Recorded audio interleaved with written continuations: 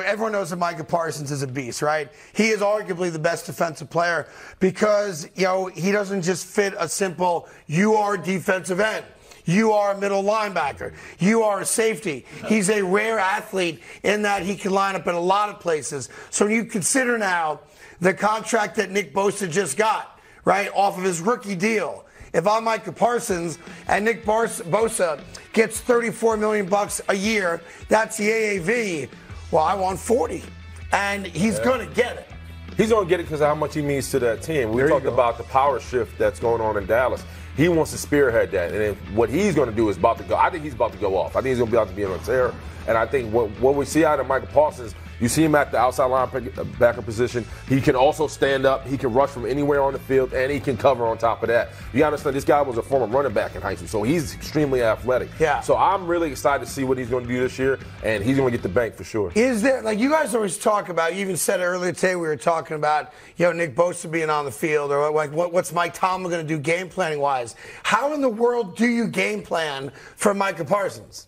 You really don't. You can't really game plan for him. You just can help guys out that he's going to be faced up against, because you have to try to minimize his impact on the game, which is really hard to do. But going back to what you said, his value to this team, he is this team. Mm-hmm. If Micah Parsons is not on that field, this team looks completely different. Yeah. Defensively, offensively, all the pressure now is solely on Dak, and can you shoulder the load? So for me, what Joey Bosa's getting, it even shoots through the roof, because his value to his team is even greater than Joey Bosa's because of the depth that they have over in San Francisco. With Micah Parsons, if you don't have this guy, we do not believe that the Cowboys are anything close to what they are going into this season. I know they're both white, but it's Nick Bosa. Nick Bosa, yeah. Step brothers.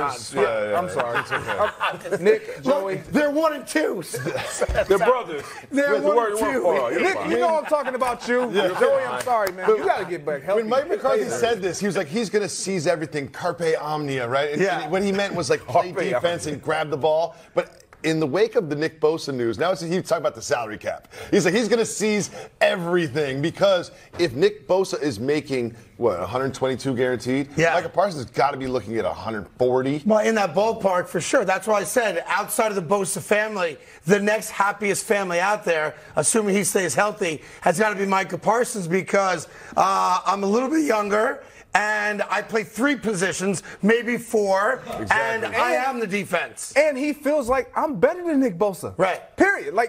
He should feel that way. Think about the chip that he plays with, knowing that Nick Bosa's Defensive Player of the Year. He feeling like he's the best edge rusher. He's the best linebacker in the National Football League. Like, he's going to be playing with even more of a chip. And this is a guy that's intrinsically motivated. He doesn't need any external motivators. But this is one now. Nick Bosa gets this much money. I'm happy for you, but I'm deserving of even more. Yes, and again, you can't put any of those guys in that list down. They are dominant defensive players, but none of them play multiple positions. None of them do.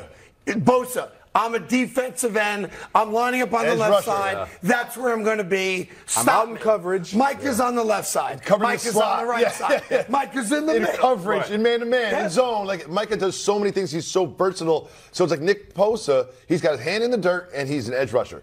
Guess what? Micah Parsons does that better, if not equal to him. He does so much more. And that's where you credit Dan Quinn. He knew that out the gate. As soon as he got him out of Penn State, and he was a rookie, he's like, man, I don't know what you're thinking, but you're going to play everything from me. You're going to be everything. You're going to be in the middle. We're going to have you on the edge. We're going to have you cross-dogging.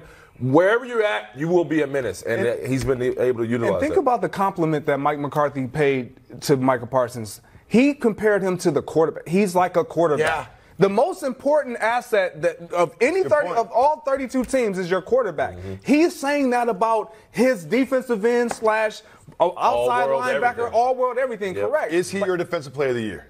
He was second last year. Yeah. He's tired of coming in second. I mean, I think if he's healthy, for me, he's the best defensive player in football. I don't think, by the way, I don't think it's close. I agree. And now I think because he plays multiple positions and he can line up left, right, and center, he can drop back in pass coverage. Yep. He can get to the quarterback. He can come around the edge and stop a sweep. I think he's just the most dominant defensive player in the game. So the season starts tonight. Yeah. So before the season kicks off, I want to get a couple predictions, one from each of you, and we'll discuss. We'll start with you, Mr. Carton. Are you ready? Sir. I'm ready to go. We always talk about I wish my last name was Bosa. Not the question. Okay, go ahead. We always talk about the AFC North, as we collectively feel is the best division in football. Sorry, AFC East. But who do you think will come out of this hotly contested division? I think 3 teams come out of the North playoff-wise. But if the question is who wins the AFC North, which I think where you're getting at, all my eggs are in the Baltimore Ravens basket. I think they are a problem for everybody. And I respect the fact that it's been the Bengals division and Deshaun Watson's back. Cleveland's going to be good. But I don't know that there's a team that's ever been as loaded offensively in the last 3 or 4 years the way the Baltimore Ravens are. MVP quarterback, 5 legitimate pass-catching weapons between Mark Andrews, OBJ, Zay Flowers, the return of guys who've been hurt like Bateman, etc. Their run game is underappreciated, and they have an above-average defense. Great coach. They've won before. And I think you are looking at a 5,000-yard season from Lamar Jackson. Ooh. And I think it's close. I don't think anyone runs away with the division. But to answer your question, I think the Baltimore Ravens will be kings of the AFC North. It is the only division in which I could see all 4 teams potentially winning, even the Steelers. But we always talk about the AFC East as well. The Patriots, not a chance. You could have all 4 being over 500. I do think they get 3 teams into the playoffs. They're that good. I think so, too. Now, Mr. Jennings, we go to you. There's a lot of quarterbacks where this is sort of a make-it-or-break-it year. So which quarterback, before we start week 1, do you feel is under the most pressure in the entire league? This is a layup. Man, thank you. This is Russell Wilson.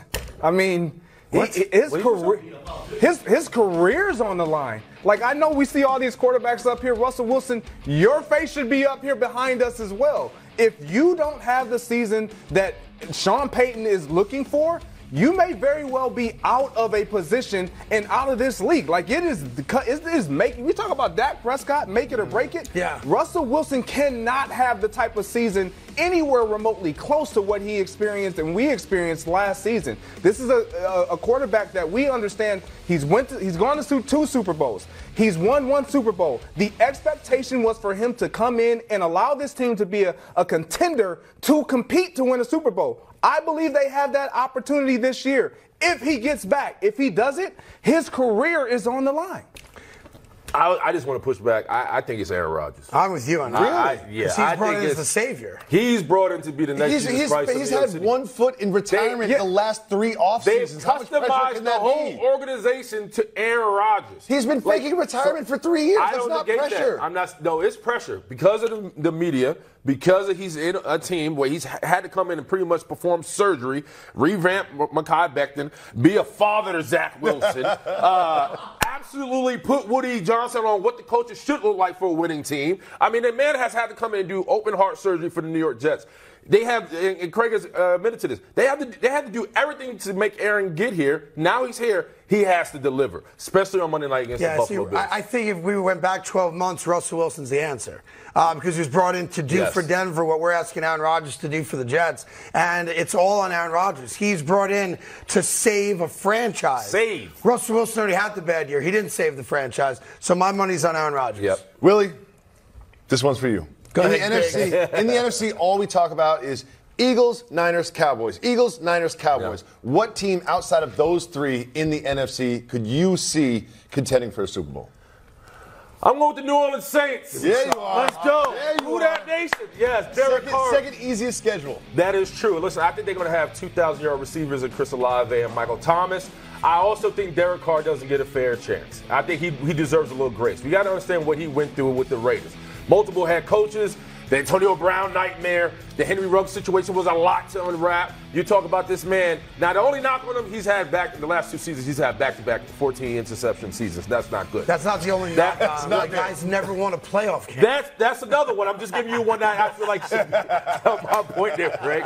I think he landed in New Orleans, man, and he doesn't have to be the savior. Yeah. He finally landed with a team that has a defense, they have a system in place where he can just be the quarterback and not wear multiple hats. So I'm giving it to the New Orleans Saints. Who that? Good luck this Michael year. Thomas has played 3 games a year over the past 4 years. I might have said the New York Giants there, but I wasn't asked. Coming up. Hey there. Thank you so much for watching The Carton Show. You can subscribe right here to get all the latest bits bits and segments from the show. And by the way, while you're at it, we have a lot of great shows on FS1, so check them out too.